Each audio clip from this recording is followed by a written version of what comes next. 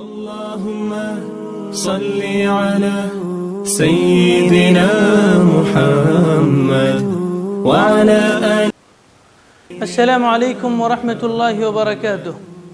سیرت النبی صلی اللہ علیہ وسلم کی سلسلے وار پیشکش رحمت عالم صلی اللہ علیہ وسلم کی 23ویں قسط میں آپ کا استقبال ہے. اس سے پہلے کی 22ویں قسط میں کفار قریش کی طرف سے جو مظالم آپ صلی اللہ علیہ وسلم پر ہو رہے تھے اس کی کچھ تفصیلات آپ کے سامنے آ چکی تھی. سچی بات تو یہ ہے کہ آپ صلی اللہ علیہ وسلم کو دعوت دین کے میدان میں جو اور جس طرح سے تکلیفیں دی گئی تھی اس کا اندازہ لگانا ممکن نہیں ہے، جو سیرت کی کتابوں میں موجود بھی ہے. لہذا یہی مناسب ہے کہ اس قسم میں بھی مزید کچھ واقعات کی طرف اشارہ کیا جائے جس سے سامعین ناظرین کو سیرت کا مطالعہ کرنے میں آسانی ہو اور آپ خود سے اس کو پڑھیں. ناظرین، سرور کائنات صلی اللہ علیہ وسلم کو تکلیف اور اذیتیں پہنچانے کے لیے کمیٹیاں بنائی گئیں. ایک کمیٹی بنائی گئی جس کا امیر مجلس اور ذمہ دار ابو لہب تھا اور مکے کے 25 سردار اس کے ممبر تھے.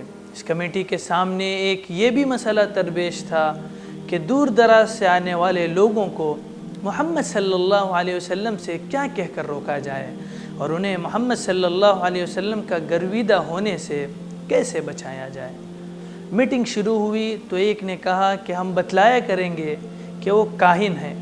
اس پر ولید بن مغیرہ کہہ اٹھا، میں نے بہت سارے کاہن دیکھے ہیں لیکن کہاں کاہنوں کی تک بندیاں اور کہاں محمد صلی اللہ علیہ وسلم کا کلام. ہم کو ایسی بات نہ کہنی چاہیے جس سے قبائل عرب کو ہمارے متعلق جھوٹا ہونے کا گمان ہو جائے. دوسرے نے کہا ہم اسے دیوانہ بتایا کریں گے. اس پر ولید بن مغیرہ نے پھر کہا محمد صلی اللہ علیہ وسلم کو دیوانگی سے کیا نسبت. ایک بولا اچھا ہم کہیں گے وہ شاعر ہے. پھر ولید بولا ہم جانتے ہیں کہ شاعر کیا ہوتا ہے، اصناف سخن و شعر کا ہم کو بخوبی علم ہے. محمد صلی اللہ علیہ وسلم کے کلام کو شعر سے ذرا مشابہت نہیں. ایک بولا کہ ہم بتایا کریں گے کہ وہ جادوگر ہے. پھر ولید نے کہا جس طہارت، نظافت، لطافت اور نفاست سے محمد صلی اللہ علیہ وسلم رہتے ہیں وہ جادوگروں میں کہاں ہوتی ہے. جادوگروں کی منحوس صورتیں اور نجس عادتیں الگ ہی ہوتی ہیں. اب سب نے عاجز ہو کر کہا چچا تم ہی بتاؤ کہ پھر کیا کہا جائے. اس کے بعد ولید نے کہا سچ تو یہ ہے کہ محمد صلی اللہ علیہ وسلم کے کلام میں عجیب شیرنی اور مٹھاس ہے، اس کی گفتگو میں حلاوت ہے.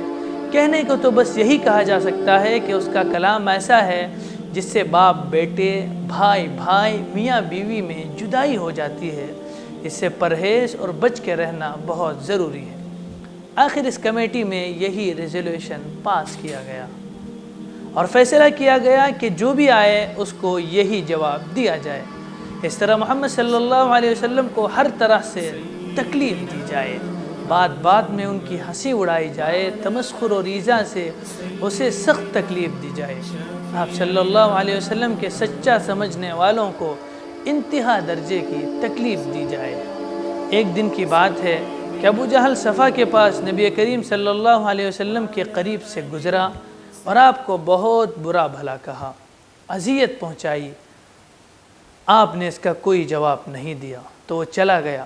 تھوڑی دیر میں قریش کے سب سے بڑے بہادر اور حوصلہ مند نوجوان حضرت حمزہ رضی اللہ عنہ تیر کمان لیے ایک شکار سے واپس آ رہے تھے. جب ان کو عبداللہ ابن جدعان نے دیکھا تو ابو جہل کا پورا قصہ سنایا تو وہ اسی وقت غصے میں حرم میں داخل ہوئے. دیکھا کہ ابو جہل اپنے آدمیوں کے حلقے میں بیٹھا ہوا ہے. وہ اس کے قریب گئے اور بالکل سر کے اوپر کھڑے ہو کر یہی کمان اس کے سر کے اوپر ماری اور اس کو سخت زخمی کر دیا اور کہا کہ تمہاری جرأت کہ تم ان کو برا بھلا کہو اور گالی دو، حالانکہ میں انہی کے دین پر ہوں اور جو وہ کہتے ہیں وہی میں بھی کہتا ہوں. تب ابو جہل خاموش ہوا. اسی واقعے کے بعد حضرت حمزہ رضی اللہ عنہ اسلام لے آئے اور قریش ان کی شجاعت اور وجاہت کی وجہ سے اس بات کی سخت ضرب ان کو پہنچی. جب مشرکین مکہ نے دیکھا کہ محمد صلی اللہ علیہ وسلم پر ہماری تکلیفوں اور آپ کی راہ میں کاٹے بچھانے کا کوئی اثر نہیں ہو رہا ہے۔ قریش پریشان تھے کہ آپ صلی اللہ علیہ وسلم یہ سب سختیاں کیسے جھیلتے ہیں اور کون سی چیز انہیں اس پر آمادہ کر رہی ہے۔ انسانی دماغ ایسی سخت تکلیفوں اور جذبہ جاں بازی اور جانثاری کا مقصد سوائے جاہ و جلال اور نام و نمود کی خواہش کے اور کیا خیال کر سکتا ہے۔ لہٰذا انہوں نے مشورہ کیا کہ کیوں نہ محمد صلی اللہ علیہ وسلم کو پہلے لالچ دیں پھر دھمکی دیں، اسی طرح کسی طرح دو آپ صلی اللہ علیہ وسلم مان ہی جائیں گے۔ اس پر مکے کے مشہور سردار عتبہ نے کہا میں محمد صلی اللہ علیہ وسلم سے بات کرتا ہوں۔ عتبہ نبی کریم صلی اللہ علیہ وسلم کے پاس آیا اور کہنے لگا آپ سے کچھ ضروری بات کہنی ہے۔ آپ نے کچھ دنوں سے یہ جو جھگڑے کا کام شروع کیا ہے جس سے خاندان میں کشمکش شروع ہوئی ہے، یہ تم کیوں کر رہے ہو؟ اس کے پیچھے تمہارا مقصد کیا ہے؟ آپ کیا چاہتے ہیں؟ اگر کوئی ایسا مقصد ہے جس کو پورا کرنے میں ہم لوگ کچھ کر سکیں تو ہم کر دیں۔ تم اپنی یہ دعوت چھوڑ دو۔ مکے کی ریاست چاہتے ہو تو بتاؤ، اگر کسی بڑے گھرانے میں شادی چاہتے ہو تو بتاؤ، اگر دولت کا ذخیرہ چاہتے ہو تو بتاؤ، ہم آپ کی خاطر سب کچھ کر سکتے ہیں۔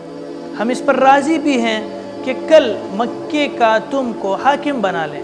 اگر آسیب اور جن وغیرہ کے اثر سے آپ ایسا کر رہے ہیں تو ہم اس کو دور کرانے کا کوئی ذریعہ فراہم کریں گے اور اس پر پوری فیاضی اور سخاوت سے اپنا مال بھی خرچ کریں گے، یہاں تک کہ آپ صحت یاب ہو جائیں، آپ کی تکلیف دور ہو جائے۔ لیکن آپ اپنی ان تمام باتوں سے جو کر رہے ہیں باز آ جاؤ۔ عتبہ کو اپنی اس بات پر یقین تھا کہ اسے کامیابی مل جائے گی۔ عتبہ نے جب اپنی بات پوری کر لی تو آپ صلی اللہ علیہ وسلم نے فرمایا کیا جو کچھ آپ کہنا چاہتے تھے وہ کہہ چکے ہو؟ اس نے کہا ہاں۔ اس کے بعد آپ صلی اللہ علیہ وسلم نے سورہ فصلت کی ابتدائی آیات سجدے تک تلاوت فرمائی۔ عتبہ کے کان میں جب یہ کلام پڑا تو عتبہ خاموشی سے سننے لگا۔ اس کے دونوں ہاتھ پشت کی طرف ٹیک لگائے بیٹھا تھا اور کان کلام ربانی سننے میں محو تھے۔ رسول اللہ صلی اللہ علیہ وسلم آیت سجدہ تک پہنچے تو آپ نے سجدہ فرمایا۔ ارشاد ہوا کہ ابو الولید تمہیں جو کچھ سننا تھا سن لیا، اب جیسا تم چاہو۔ عتبہ وہاں سے چپ چاپ اٹھ کر چلا گیا۔ سرداران قریش نے کہا کیا دیکھا، کیا سنا؟ عتبہ بولا اے قریش کے لوگوں، میں ایسا کلام سن کر آیا ہوں جو نہ کہانت ہے، نہ شعر ہے، نہ جادو ہے، نہ منتر ہے۔ تم میرا کہا مانو، میری رائے پر چلو، محمد صلی اللہ علیہ وسلم کو اپنے حال پر چھوڑ دو۔ اگر وہ کامیاب ہو کر عرب پر غالب آ جائیں گے تو یہ تمہاری ہی عزت ہے، ورنہ عرب ان کو خود فنا کر دیں گے۔ لوگوں نے یہ رائے سن کر کہا عتبہ پر بھی محمد صلی اللہ علیہ وسلم کی زبان کا جادو چل گیا اور عتبہ کی رائے منظور نہ کی۔ آج کے اس قسم میں اتنا ہی۔ اگلے قسم میں جانتے ہیں کہ کس طرح سرداران قریش نے پھر حضور صلی اللہ علیہ وسلم سے بات کرنے کی کوشش کی۔ والسلام علیکم ورحمۃ اللہ وبرکاتہ۔ وعلى آل سيدنا شفيعنا محمد على سيدنا